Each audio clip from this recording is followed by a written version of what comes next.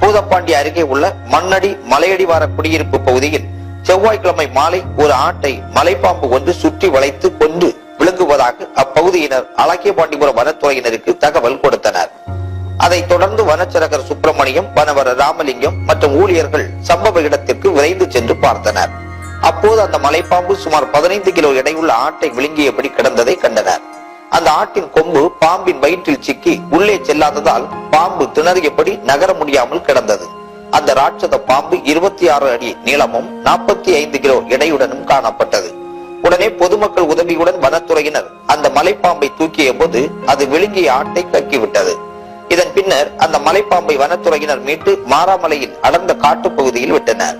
இந்த பாம்பு 18 நாட்களுக்கு முன்பு இதே பகுதியில் 7 கிலோ எடையுள்ள ஒரு ஆட்டுக்குட்டியை விழுங்கியது. அப்பொழுது மக்கள் கூச்சலிட்ட போது அந்த பாம்பு அருகில் உள்ள பழையாற்றில் குதித்து தப்பிவிட்டது.